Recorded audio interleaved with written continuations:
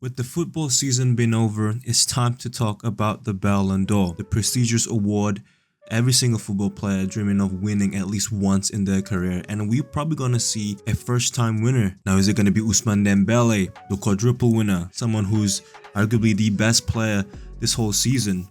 Is it gonna be one of the Barcelona boys, Raphina? Who would have thought, we'd be speaking of Raphina and Ballon d'Or in the same sentence, coming from Leeds, turning his game around. Lamine Yamal, the boy wonder. Or is it going to be even Pedri, arguably the best midfielder this season, if not the best? Or is it even going to be Mohamed Salah, who's one of those players who's the most informed player this season, at one point scoring 60% of Liverpool's goals? So let's talk about these guys, and let's start with the quadruple winner, Ousmane Dembele. This is his stats: 49 games, 33 goals, 15 assists. He also won the Ligue 1, the 2 domestic cups in France, and Champions League. That's a quadruple. And he also won the Ligue 1 Golden Boot. He's been so vital for Luis Enrique. Obviously, he came from Barcelona after making a big move from Borussia Dortmund. All that money, that's a lot of money. It's hard to live up to expectations with injuries and bad performances. And let's just be honest, it's hard to replace someone like Neymar. So he said, you know what, let me go back home. Let me join PSG and see what happens. Now, this is his second season with them. Mbappe leaving for Real Madrid. He said, let me take over. Put your trust in me, Luis Enrique. We're gonna win some trophies. And they did, man. Coupe de France, French Super Cup, Champions League, and Ligue 1. Wow. And they dominated Inter Milan in the final. Even though he didn't score, but he was everywhere. He played false nine, right wing, left wing. It seems like everywhere. He was just everywhere. He made the team tick. Luis Enrique put a lot of trust in Dembele, and he said, don't worry, we got y'all. Now, in my opinion, he's probably the favorite to win the Ballon d'Or just because he won the treble and also the Champions League. We know how much the Ballon d'Or love the Champions League, especially when it's not a World Cup year. But there's other competition, so let's talk about the other guys. Let's talk about the Barcelona boys. Lamine Yamal. To be able to win the Ballon d'Or at the age of 17, man, that's a big achievement. Obviously, Michael Owen won it when he was 21. To beat him by 4 years, to be still a teenager and win a Ballon d'Or at the age of 17 is wild. Look, in terms of numbers, 55 games, 18 goals with 25 assists. Barcelona has been one of the best club in the world. Obviously, they got knocked out by Inter Milan in the semi-final, away from home. But Lamine Yamal has been so crucial to this team, to the success of Barcelona itself. Let's just be honest, when it comes to La Liga, it's all about beating Real Madrid. Obviously you have Atletico Madrid in the back, kind of lurking, but it's all about beating Real Madrid, and they did that 4 times, and 2 of them was for the Supercopa final and the Copa del Rey final. And they won the domestic treble, La Liga, Copa del Rey, Supercopa. When he was out, they were losing some games. I think they lost 4, drew ones, won 4, but when he came back, straight as an arrow.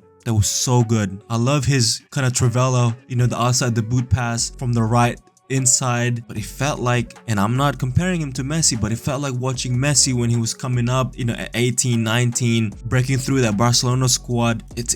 It's magical. Like watching this dude play, every time he touches the ball, it seems like something magical is gonna happen. And it feels like that every single time I watch Lamine Yamal play. And once again, to be 17 years old, having a chance to win the Ballon d'Or is crazy. And of course, he won the Euros before the season started with Spain, and he was one of their best, if not their best player. I know Rodri won the best player in the league, but Lamine Yamal had a shot in that trophy. He won the young best player in that tournament, but Spain was so good.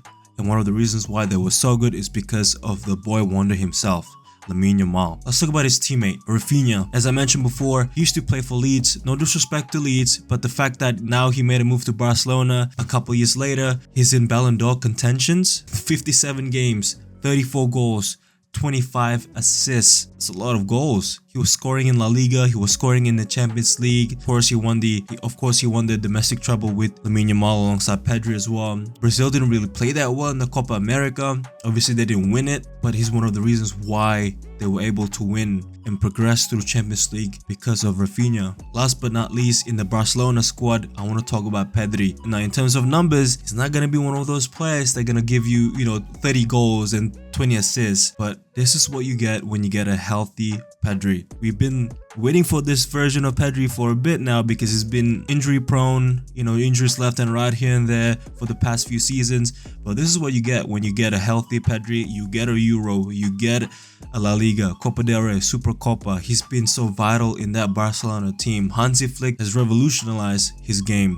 And obviously we've seen this type of quality with him, but once again he's been in and out the team, so it's hard to pin down how good he is because he hasn't been available. But now we've seen it. In my opinion, he's the best midfielder in the world right now. Not Jude Bellingham, it's not Modric anymore, but it's Pedri. Pedri is so good. And let's not compare Pedri to Bellingham anymore, guys, because they're two different beasts. Obviously Bellingham is good, Pedri's on another level. Last but not least, I want to talk about Mohamed Salah, arguably the most informed player this season. Yes, obviously they won the Premier League with 4 games to go and he didn't really do anything, but at one point, as I mentioned before, he scored 60% of Liverpool's goals and he's a right winger. And I understand he plays inside forward majority of the time. He's not really a right winger, but he's still a beast. 29 goals, 18 assists in the Prem. That's crazy numbers. In my opinion, during the season, he was favourite to win the Ballon d'Or, but they went from winning the Premier League, they got knocked out by Plymouth in the FA Cup. They lost to Newcastle in the Carabao Cup final. They got knocked out by PSG in the round 16 at home in Pens. Of course, they won the Premier League. Arguably the hardest thing to win in club football is to win the Premier League trophy. They were so dominant. He was so dominant, but he was missing in the Champions League. I remember watching it in the first leg against PSG. Where's Mohamed Salah?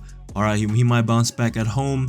In the second leg, he was invisible in that game. Could he still win the Ballon d'Or? Does he have a chance after with one trophy? If he had broken the goal scoring record, which is Haaland's with 36, and the assist record, which held by TT and KDB with 20. Imagine he ended the season with 37 and 21 assists, 22 assists, 38 goals and 22 assists. That's crazy numbers. You can't just ignore those numbers, even though he only won a Premier League, right? But that's it. That's pretty much it. In my opinion, I think Dembele is gonna win it. I won't be mad if Lamine Yamal and Dembele wins it because I'm a big fan of those two guys. Mohamed Salah might break the top 3, but Raphina is up there. I think it's going to be Dembele, Lamine Yamal second, and Raphina third. That's my opinion, but that's pretty much it. Thank you.